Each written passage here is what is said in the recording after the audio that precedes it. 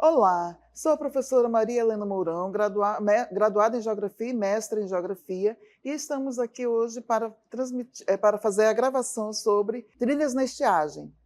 Olá a todos e todas, meu nome é Yolanda Campos, também faço parte do Centro de Formação José Padre Anchieta, CEPAM, e nós vamos dar continuidade ao programa, né, maior, que é justamente sobre a questão das ações referentes a esse período de estiagem. E dentro dessas ações está justamente a repriorização curricular. E o nosso, especificamente, é sobre o currículo de geografia que está dentro, né, das novas diretrizes da BNCC. E começaremos falando sobre as ODSs.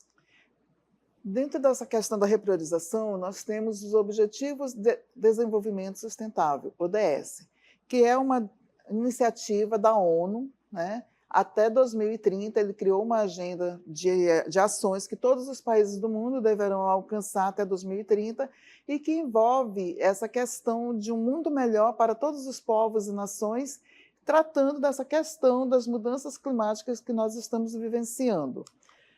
E, para isso, nós iremos apresentar os 17 objetivos. Como a professora Maria Helena colocou, são 17 objetivos do desenvolvimento sustentável.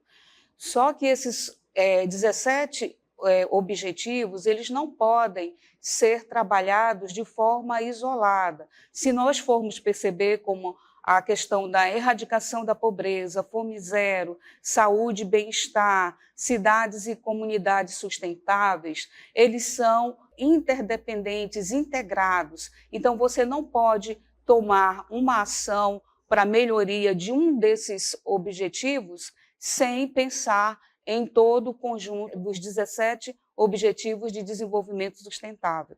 Então, eles têm que ser vistos de uma forma holística, total, integradora, sem a qual, se nós tivermos atentos ou tentarmos criar ações apenas para a melhoria de um, dois ou três objetivos, eles não vão dar conta de fazer com que essa sociedade se torne sustentável até 2030, que é o objetivo que são os objetivos, né, das ODSs, ou seja, que são os objetivos da Agenda 2030, tornar a sociedade global uma sociedade sustentável.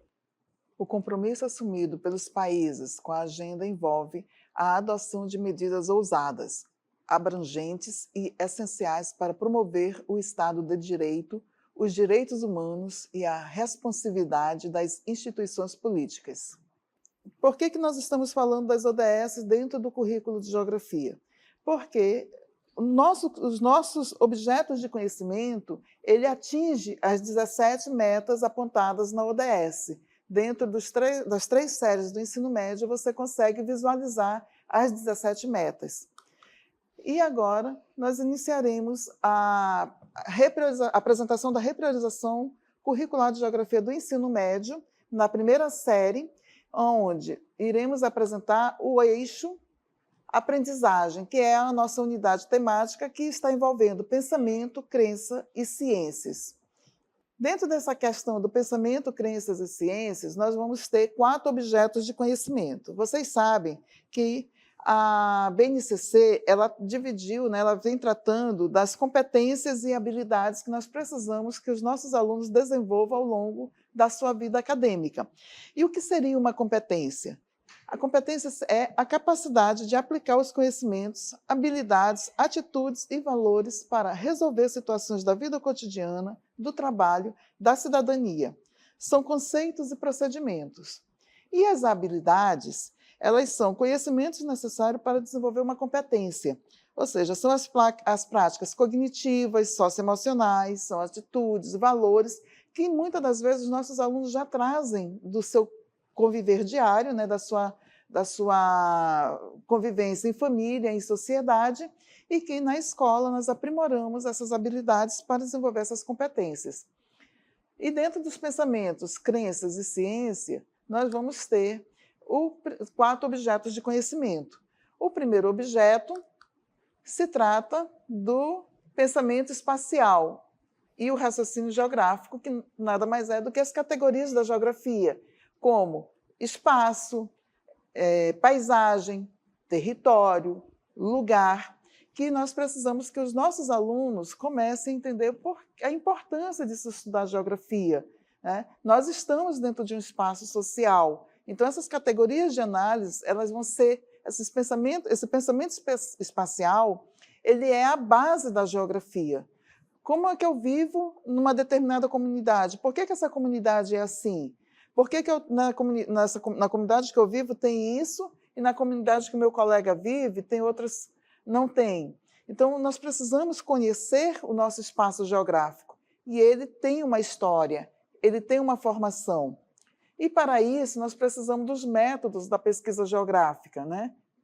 Desenvolver esses métodos. Como é que nós vamos fazer com que os nossos alunos compreendam a importância do ensino da geografia? E aí o primeiro passo é situar esse aluno dentro do espaço em que ele vive a partir das linguagens cartográficas. Né, Yolanda? Exatamente. E cartografia não é simplesmente você representar um fato a partir dos mapas, ou seja, mapeando, não é isso? Os eventos que são de ordem social.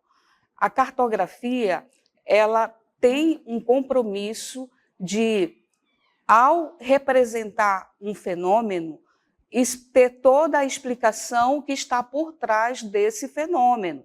Então, é analisar por que aquele fenômeno se configura espacialmente daquela forma. Vamos supor, dentro da geografia temática. A geografia temática ela aborda, como o nome já está dizendo, né, os temas que são desenvolvidos dentro da geografia. Se eu for fazer um mapa sobre a industrialização, então, necessariamente, eu tenho que explicar por que a abrangência espacial da indústria se dá de determinada forma, ou ocupa certa área do espaço urbano, certa área do território de um país. Quais são as inferências econômicas, políticas, sociais e até ambientais que corroboram para que determinada área, não é isso, dentro de um território, seja utilizado para o desenvolvimento da indústria, por exemplo. Então, você utilizar os mapas, não é isso, dentro do estudo geográfico, não significa apenas localizar um fenômeno, mas significa explicar, não é isso, de uma forma total, totalitária, holística, como esse fenômeno se desenvolve espacialmente, ocupa o espaço geográfico, ok? E começando a partir dessas linguagens cartográficas e do pensamento geográfico, você consegue fazer com que o teu estudante compreenda o mundo em que ele vive e ele aprende sobre as distintas sociedades, até mesmo do espaço onde ele mora, porque dentro do próprio espaço nós temos diferentes formações, né? Temos divergência dentro de um município, por exemplo. Vamos pegar lá o Arini. O Arini nós temos várias comunidades, nós temos comunidades indígenas, nós temos comunidade ribeirinha, né? E nós temos a distinção. Então, quando você junta esse estudante num determinado espaço escolar, ele pode trazer essas diferenças, essas divergências espaciais, e a aula se torna mais rica, né, de observações, porque cada um tem um conhecimento, cada um vai trazer as suas habilidades, a sua base, né? E é isso que a própria repriorização curricular, o ensino da geografia, ele vem preconizando isso. Eu preciso entender o espaço em que eu vivo, eu preciso ter essa identidade local, essa identidade geográfica, espacial. E, para isso, nós utilizamos realmente as linguagens cartográficas. E sobre o método, né, que é colocado aí, o método de geografia, são os métodos que são característicos não só da geografia, mas das ciências humanas em geral, não é isso? Nós temos um método dialético, nós temos um método fenomenológico, o método hipotético-dedutivo. Então, a depender do tipo de fenômeno a ser analisado, nós, enquanto professores, pesquisadores, nós temos que escolher o melhor método que vai explicar o fenômeno em sua totalidade. E agora nós passamos também a pensar a questão das novas tecnologias de representação, que isso também está dentro da cartografia. Não é isso? Hoje, a tecnologia, os objetos tecnológicos estão no nosso cotidiano, no nosso dia a dia. Então, as ciências também estão se apropriando desses objetos tecnológicos, e com a geografia não é diferente. Então, nós temos, por exemplo, até à disposição de uma forma bem fácil, né, o Google Earth, por exemplo, né, para ter acesso a mapas digitais com localização, né, e com detalhes, né, específicos do lugar em que nós estamos pesquisando.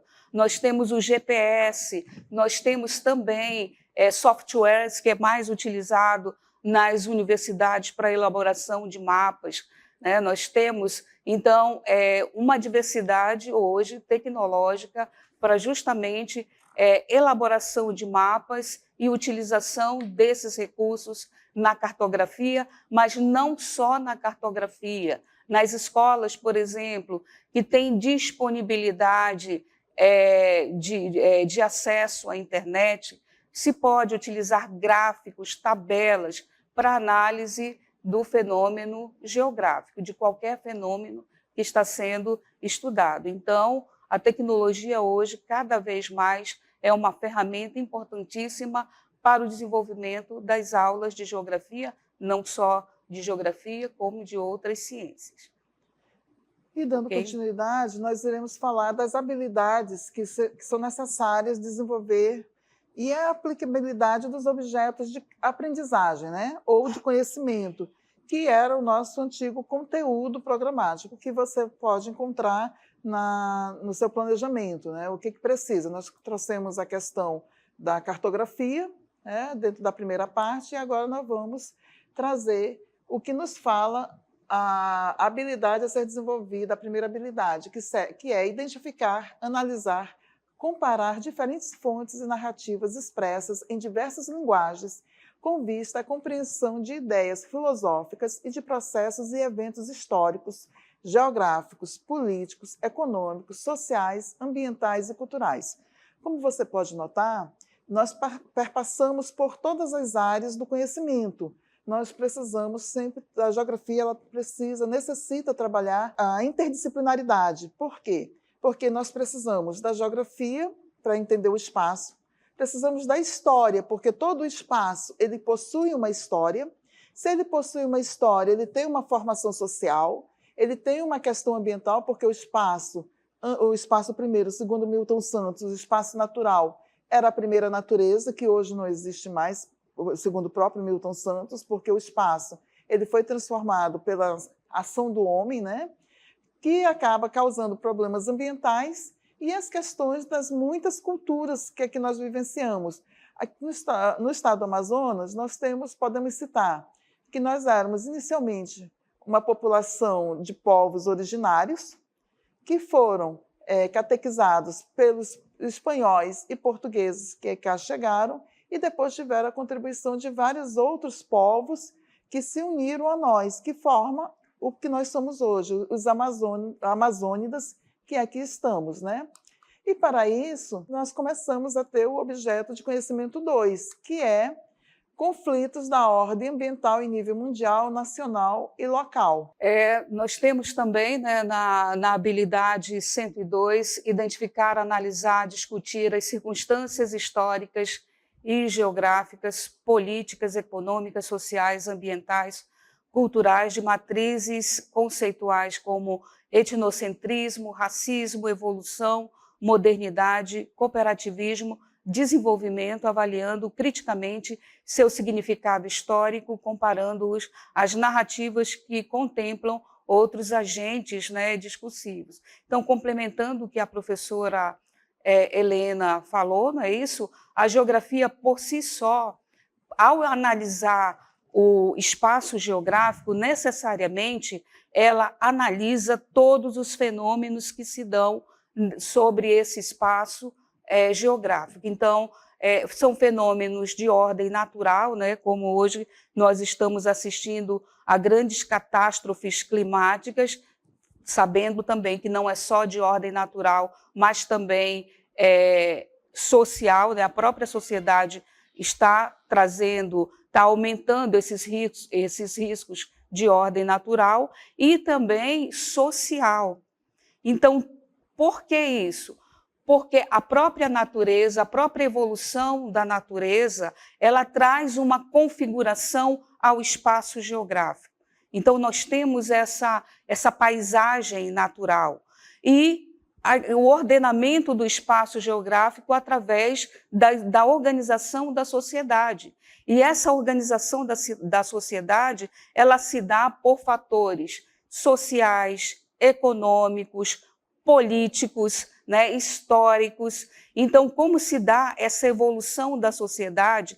Essa evolução ela vai estar materializada no espaço geográfico. Então, não tem como falar do espaço sem nos remetermos à economia, à economia, à história, à política, não é isso? Então, todos os fatores, a cultura que vai estar impregnada no espaço. O espaço é a materialização da organização social. E esse espaço também, ele tem tempos, não é isso? Tem a materialização de tempos diferentes concomitantes, né, que são concomitantes. Ou seja, nós temos uma organização espacial de tempos pretéritos, como fala Milton Santos, que ainda estão presentes na atualidade, convivendo com organizações, com ordenamentos espaciais da atualidade, do tempo contemporâneo, certo? Então, por exemplo, nas cidades é comum você ter o sítio histórico, ou seja, uma organização espacial que foi feita em tempos, que foi construída em tempos passados. A gente dá o exemplo aqui do Centro Comercial de Manaus, que tem o centro histórico, mas Manaus foi crescendo, não é isso, em termos de perímetro urbano. Então, novas organizações espaciais, novos ordenamentos espaciais, eles estão mais de acordo com o tempo contemporâneo,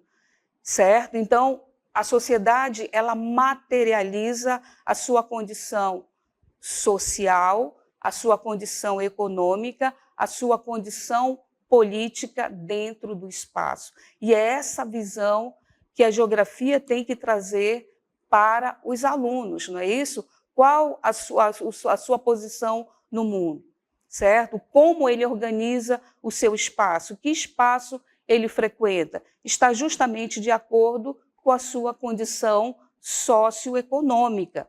Então, é como o próprio Milton Santos coloca, que o espaço é como se fosse mais um membro do nosso corpo. Ele é a extensão do corpo humano, sobre o qual o homem só tem a possibilidade de se reproduzir se tiver essa base material que é o território, uma outra categoria de análise do espaço geográfico, certo? Então, a forma como esse homem organiza esse espaço tem a ver com a sua cultura. Veja a organização dos povos originários, a organização do espaço dos povos originários é diferente da organização dos povos não originários daqui, né, do nosso território chamado Brasil. Então, a cultura também vai estar materializada nesse espaço. A própria globalização vai estar materializada nesse espaço. Quando você sai e anda pela cidade, vê nomes estrangeiros, né? Denominando lugares, né? Restaurantes com comidas estrangeiras. Isso também faz parte de um processo de globalização. A globalização não é só a intensificação, não é isso, do comércio internacional, mas também como essa globalização ela pode se materializar no lugar, certo? E aí nós temos essa questão, ao abordarmos, não é isso, a questão da formação territorial, nós temos a questão do etnocentrismo, né? Racismo, evolução. Então, como se dá esse processo até de xenofobismo, racismo que acontece nos territórios?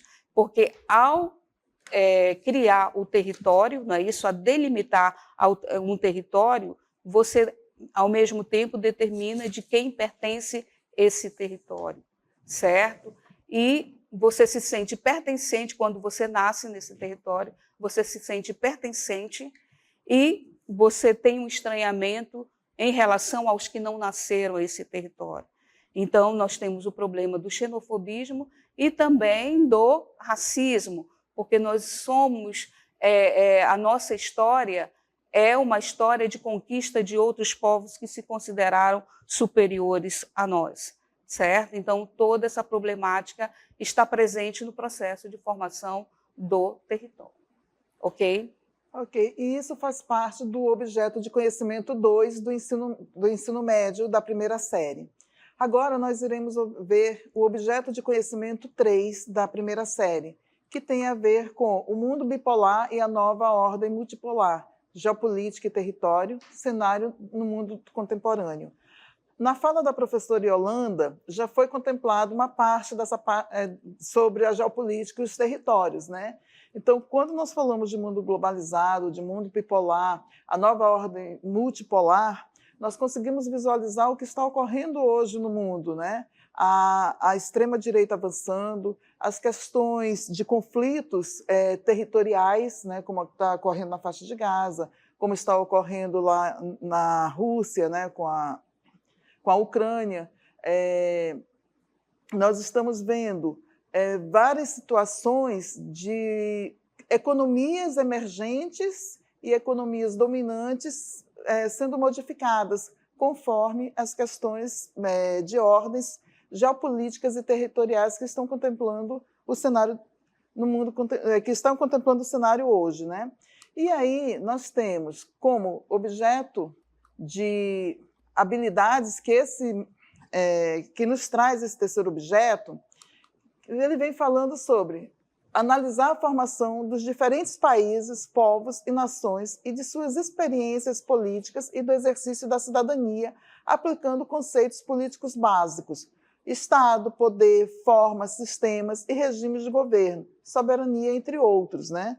E aí nós podemos partir do local, da onde estamos, para o global. Podemos começar fazendo uma análise do Estado brasileiro, né? Como é o teu município? Manaus tem uma realidade, os 61 municípios, cada uma tem a sua realidade. Como é que se formou esse município? Eu conto a história de Manaus, mas você pode começar a trabalhar com o seu aluno essa terceira habilidade a partir da formação do seu município, a partir da formação da sua comunidade. E aí você vai aumentando as esferas de poder até você conseguir chegar no mundo, né? Qual é a nossa forma de governo?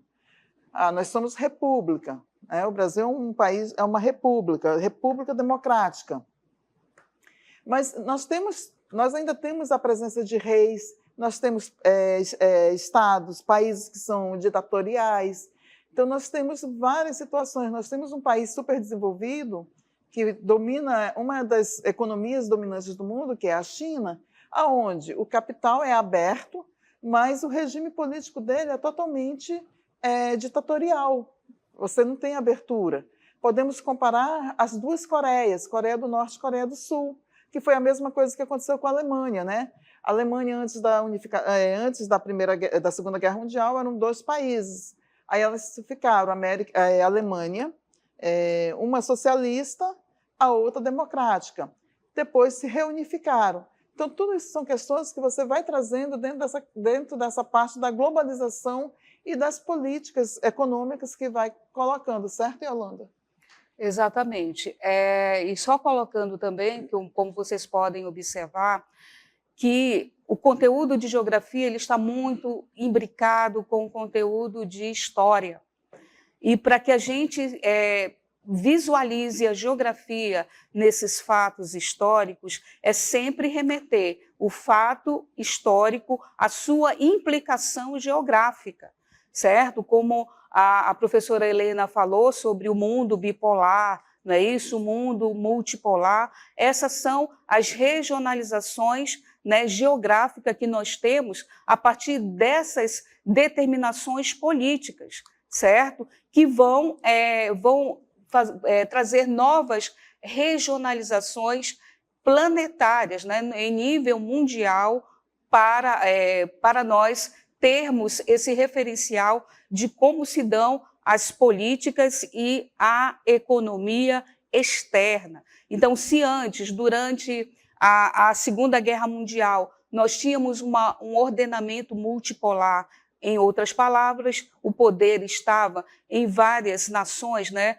potencialmente econômicas. Depois da Segunda Guerra Mundial, nós temos a Guerra Fria e nós temos, juntamente com essa Guerra Fria, uma regionalização bipolar, ou seja, de um lado, os países socialistas e de outro, os capitalistas, né? Então, tudo isso vai trazer um ordenamento geográfico.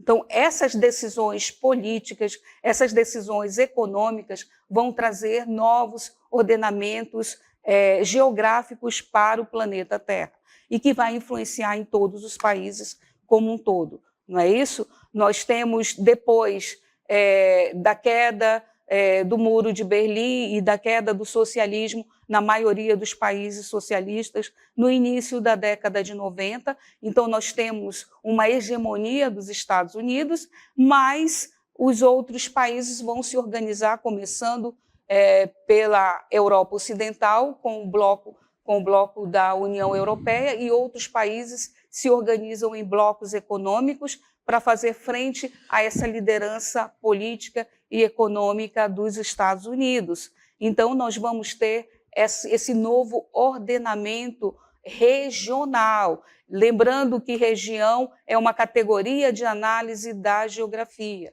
Então, nós temos que espacializar esses fenômenos. Caso contrário, nós vamos estar falando apenas de história, certo? Dando continuidade. Dando continuidade, só complementando o que você está falando, Yolanda, nós temos hoje alguns conflitos que estão refletindo na economia mundial, como no caso a guerra entre Israel e Hamas na faixa de Gaza, guerra Rússia e Ucrânia, conflitos armados em Burkina Faso, Somália, Sudão, Iêmen, Mianmar e Nigéria. Esses conflitos na África eles estão relacionados à exploração de riquezas naturais, né, a tráfico humano e também à exploração de serviços.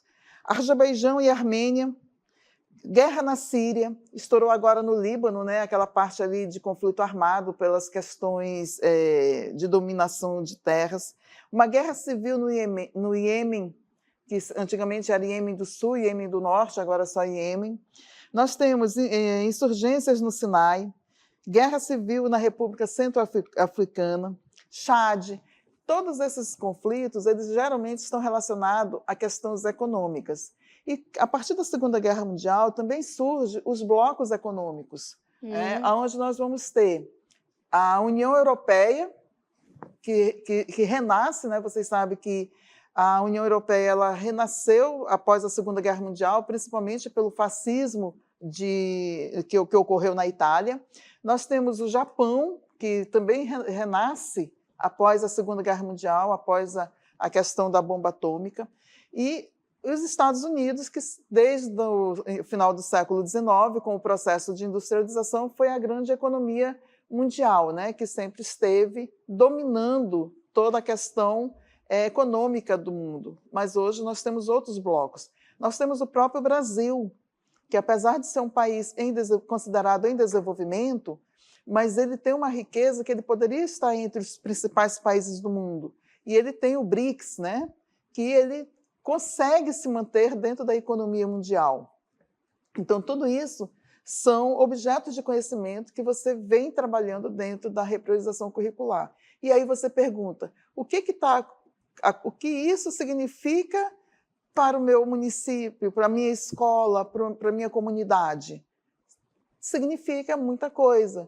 Significa no custo de alimentação, transporte, de moradia, de água e luz, influencia na questão climática, ou seja, isso tudo está relacionado. Por isso que é importante você mostrar que a geografia te permite entender o espaço em que você vive. E aí, caminhando, nós vamos para o quarto e último objeto de conhecimento da primeira série, que o estudante precisa ter, se apropriar, para que ele chegue à segunda série com uma boa base de conhecimento, que vem falando sobre as populações mundiais, né? A dinâmica e indicadores socioeconômicos, os processos de impeachment e os reflexos no desenvolvimento econômico brasileiro, e o Brasil no ranking do IDH. Para isso, nós podemos falar sobre a dinâmica dos indicadores socioeconômicos. Como é que está o nosso IDH? O Índice de Desenvolvimento Humano, ele é analisado pelo IBGE aqui no Brasil e por outras instituições de renome que tratam desse índice. Para além do Brasil, também existe a ONU, tem alguns colaboradores internacionais, algumas instituições internacionais que também analisam o IDH no mundo inteiro e faz comparações. Países desenvolvidos, em desenvolvimento ou pobres, né, dentro dessa dinâmica dos indicadores sociais. E isso é muito importante que você entenda como é que está o índice de desenvolvimento da sua cidade. E ele também está dentro dos 17 objetivos das ODS. Por que ele está lá dentro? Como é que está a pobreza? Como é que está a renda no meu município? O meu município vive de quê? Eu tenho turismo, o ponto forte é o turismo, o ponto forte é a agricultura familiar, o ponto forte é a pesca do peixe liso, como em alguns municípios nós temos, o peixe liso que ele é para exportação, porque culturalmente nós não temos o costume de comer os bagres. Né? Então, assim, meu município vive de quê? São funcionários públicos, funcionários do Estado e do município? Como é que está a economia do meu município? Como que está a vida do meu município? A saúde, a educação, o saneamento, as questões dos lixões, isso tudo são indicadores socioeconômicos. Né? O Brasil também passou por um processo de impeachment, não só o Brasil, como vários países no mundo. Né? E aqui no Brasil nós podemos citar dois.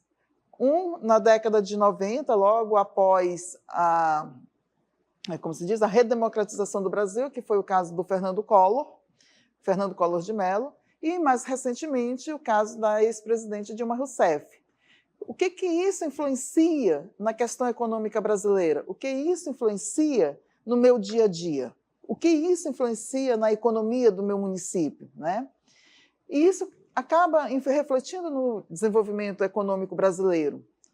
E volto a falar, qual é a posição do meu município, do meu estado, do Brasil no ranking mundial do IDH? Eu estou bem? Eu estou com um IDH alto, baixo, médio? O que eu preciso melhorar? E a geografia consegue fazer com que esse aluno comece a entender a sua realidade, a se identificar com aquele espaço onde ele vive. Correto, Yolanda? Isso, e só para complementar a questão do IDH, lembrem-se que, como todo índice, ele é uma média, e a média ela não reflete a realidade. Né? O Brasil pode estar com o IDH alto, alguns estados brasileiros podem estar com o IDH alto, outros com médio, mas, de qualquer forma, não reflete a realidade desses lugares. Por quê? Porque é uma média. certo? Mesmo tendo um IDH alto, nós temos uma porcentagem de pessoas vivendo na pobreza ou abaixo da linha da linha da pobreza, né? Já em estado de miséria. Isso nós vemos principalmente nas grandes cidades, não é isso? Brasileiras, por exemplo, você tem muitas pessoas em situação de rua. E essas pessoas em situação de rua, que mudou até o perfil, que antes eram pessoas desempregadas, hoje mesmo o trabalhador empregado, ele não consegue ter recurso suficiente para pagar aluguel, então ele vai morar também na rua, certo, gente? Então, o IDH, nós temos que fazer uma análise crítica que mesmo tendo aparentemente, né, um bom nível, não se reflete na realidade do lugar. Outra questão também, que hoje se fala do IDH, é a transferência, a migração de IDH. O que é essa migração de IDH? Muitas vezes a cidade apresenta um IDH elevado porque tem uma grande quantidade de pessoas com nível superior, não é isso? Com alta escolaridade. Só que, se nós formos analisar, essas pessoas que têm um alto nível de escolaridade não estudaram naquele lugar onde elas estão no presente momento. Elas estudaram em outro lugar e vieram para essa cidade. Então, o que elevou o IDH daquela cidade, mas que não condiz com o desenvolvimento na área de educação daquele lugar onde ela está.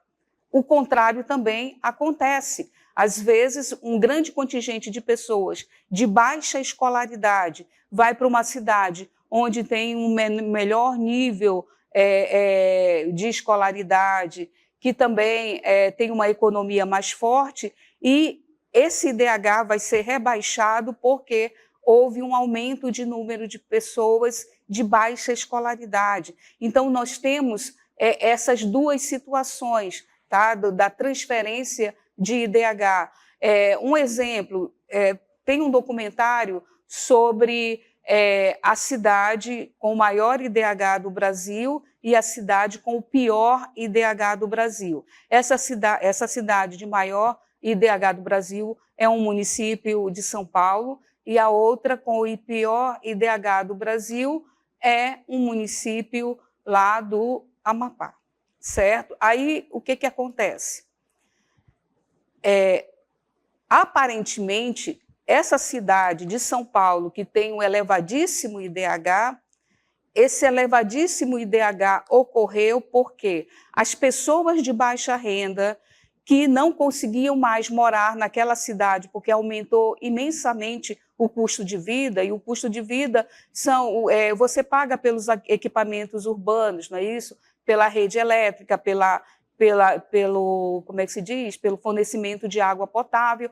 Então, ficou muito caro, não é isso? Pela pavimentação das ruas, ficou muito caro morar nessa cidade. Aí, o que essa população de baixa renda fez? Migrou para um município fronteiriço a essa cidade de elevado IDH. Em outras palavras, elas foram expulsas daquela cidade, elas foram segregadas, porque elas não conseguiam mais ser consumidoras, não tinham mais poder aquisitivo para consumir aqueles recursos. Então, vejam como você explicar o IDH apenas pelo índice não vai dar conta de explicar quais são as relações políticas, econômicas, sociais que estão imbricadas dentro desse índice, ou até fora dele, a gente pode falar. Certo, gente?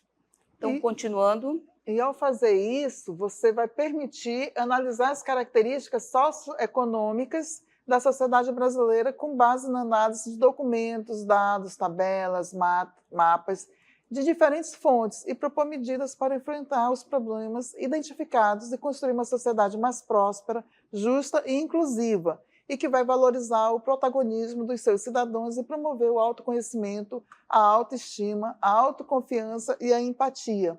Então, a importância de você trabalhar bem os objetos de conhecimento da geografia.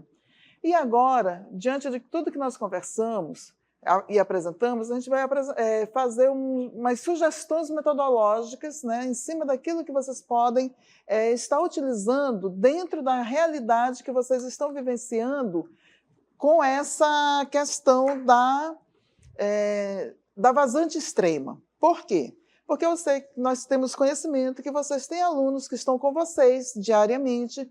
Nós temos aquele aluno que mora na comunidade, não está chegando na escola, que está em um espaço isolado. Nós temos aquele aluno que você vai conseguir passar o conteúdo e ele tem acesso à internet, ele tem acesso ao e-mail, ele tem acesso ao celular, e ele vai conseguir entrar no grupo de pesquisa de vocês, numa sala de aula virtual, e você vai ter aquele aluno que quando a merenda escolar for, você vai mandar o material para ele. Quando a merenda escolar voltar, o pessoal voltar, ele vai trazer o material. Então, nós trouxemos algumas sugestões para você trabalhar com esses teus alunos. E aí, a primeira sugestão são leitura e análise de informações extraídas de jornais, revistas e sites da internet sobre as novas tecnologias de representação do espaço. E aí isso quando o aluno tem condições de ter acesso a essas informações. Antigamente você conseguia os jornais, né, impresso. Hoje você tem os jornais digitais. A TV, você tem os jornais diários dos vários canais de TV que tem, inclusive dos canais pagos. Você também pode fazer pesquisas em fontes bibliográficas indicadas sobre as categorias geográficas. E essas pesquisas, em último recurso, você pode utilizar o velho e bom livro didático, né? Você tem a questão do seu livro, que você vai passando e o aluno faz essa pesquisa nele, caso ele não consiga ter acesso à internet, a TV na casa não seja um sinal bom, e ele não tenha condições de pesquisar em outras fontes. Nessa fase, é importantíssimo a intermediação do professor, só complementando sobre a questão da pesquisa em jornais, em vários recursos midiáticos de comunicação que hoje se tem acesso. É lógico, nós sabemos que nem todos os lugares têm acesso, mas colocar a partir de uma visão crítica, né? Transformar essa informação em conhecimento. E nós sabemos que a mídia ela controla a sociedade, ela manipula essa sociedade. Vide aí os vários conflitos que a professora Helena apresentou, e o que aparece na mídia? Somente o conflito entre Ucrânia e Rússia, e Israel, e agora vários outros, além dos palestinos, outros países já estão entrando no conflito, certo? Parece que o resto do mundo está em paz, mas é porque a mídia ela seleciona a informação, ela seleciona o que ela considera que a sociedade tem que saber, certo? Então, nesse aspecto, a geografia ela é importantíssima, e os professores de geografia também o são, para dizer o que está acontecendo no mundo, certo? Porque todos esses fatos eles vão trazer uma mudança espacial, certo? Por exemplo, qual vai ser a configuração do espaço a partir desses conflitos que a professora Helena colocou entre Ucrânia, União Soviética, Rússia, e a Ucrânia já perdeu, né, uma parte do seu território. Será que vai continuar sem essa parte do território? A mesma coisa, qual vai ser a nova configuração espacial do território que hoje é denominado de Israel? Lembrando que essas fronteiras, esses limites, né, do território, eles não são eternos, eles podem ser duradouros, mas não são eternos. Vai depender justamente dessas relações políticas, econômicas e sociais que vão se dar dentro desse território. Então, é importante o professor dar essa visão crítica a essas informações que chegam até os alunos, até para realmente refazer, não é isso, essa visão que é passada pela mídia. Ok, gente? E aí, como sugestão de metodologias, nós podemos também pedir que esse aluno, a partir da pesquisa, seja via um jornal que ele tenha ouvido, assistido ou lido, até mesmo a partir do livro didático dele, né? Porque nós temos o nosso velho, bom e parceiro, em último caso, livro didático, que faz parte do PNLD, elaborar textos individuais ou coletivos, colocar um tópico desse conteúdo num grupo de WhatsApp e fazer discussões, né, ou no Classroom, sobre a importância do que você está vendo da economia mundial de cada estado, potencial econômico, estratégias, né? Aqui a gente traz um exemplo de um mapa de recursos do estado do Amazonas, mas isso aí você pode trabalhar com recursos, lembra da geopolítica? Lembra das questões que estão ocorrendo na África? Então, você pode trazer um mapa desse para trabalhar com o seu aluno. Você pode pesquisar os impactos ambientais sofridos pelos rios que compõem a bacia, destacando as estiagens severas, as enchentes, né? Você pode fazer uma comparação entre o que está ocorrendo aqui no Amazonas e o que está ocorrendo lá no Rio Grande do Sul, que são dois extremos. Você pode organizar seminários, seja via Meet, via WhatsApp ou outro aplicativo, e problematizar e, ao mesmo tempo, incentivar esses alunos a ver como ele pode trazer soluções para mitigar esses problemas, né? Esses problemas climáticos. A parte climática, desmatamento, terra de exploração, ele faz parte das categorias de análise de tudo que nós estamos falando, do uso de terra, expropriação, né? da nossa. E aí a gente traz também o objeto de conhecimento 3, né? A gente pode trabalhar, comparar mapas antes da queda do Muro de Berlim. Nós podemos simular júris para julgar crime de intolerância cultural. Nós podemos pesquisar livros, né? Podemos, olha, um mapa aqui reproduzindo a questão religiosa, que é uma questão cultural, né? Vocês sabem que religião é cultura, das maiores religiões do mundo. Então, muitos dos conflitos que estão ocorrendo, eles estão dentro da questão religiosa, da questão política, da questão econômica, né? Então, perpassa por isso, ó. Pesquisar, elaborar textos sobre as economias mundiais emergentes e as novas potências econômicas mundiais, com destaque para a influência da China, Estados Unidos e outros países.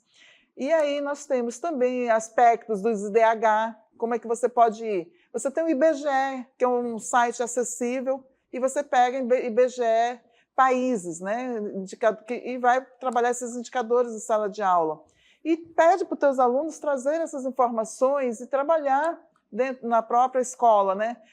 Nós trouxemos aqui 2 imagens, uma do Rio Grande do Sul, outra do Amazonas. Você pode trazer essas imagens, pede para eles tirarem foto da comunidade onde eles vivem.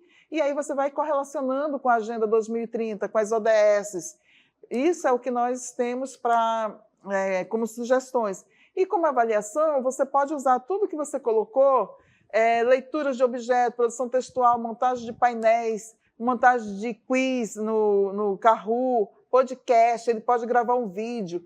Tudo isso são formas de avaliações que você pode fazer com o seu aluno, né?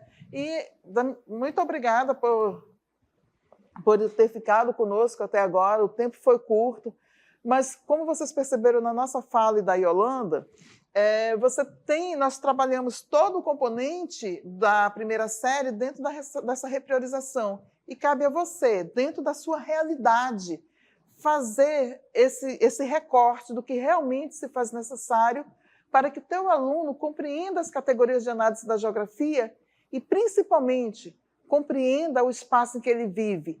Essa formação territorial, política, histórica, econômica, social, cultural, de onde ele vive, de onde ele veio, aonde ele está e para onde ele irá. Certo, Yolanda? Certo. E lembrando que a geografia é uma ciência crítica, não é isso? Então, se for abordar a questão dos fenômenos climáticos, né, dos extremos climáticos, até onde vai a questão natural e até onde vai a influência das atividades humanas e quais são os principais agentes sociais que são responsáveis por isso, certo, gente? Então, nós temos que ir para além das informações, saber quem são os agentes sociais que estão interferindo nesse espaço. E aí, nós fizemos uma série de gravações, né, não só de geografia, mas dos outros componentes, e tem um QR Code que fica dentro do CEPAM Digital, onde você acompanha todas as formações do Trilhas Estiagem. Você que está assistindo essa gravação nesse momento, você aponta seu celular para o QR Code e ele vai lhe mostrar todas as gravações feitas até o momento. E aí nós nós agradecemos por esse momento e estamos aqui, esse é o nosso contato. Agradecemos também ao CEPAM, não é isso? E principalmente ao CEMEAN, que nos deu essa oportunidade de fazer essa palestra, ok? Obrigada.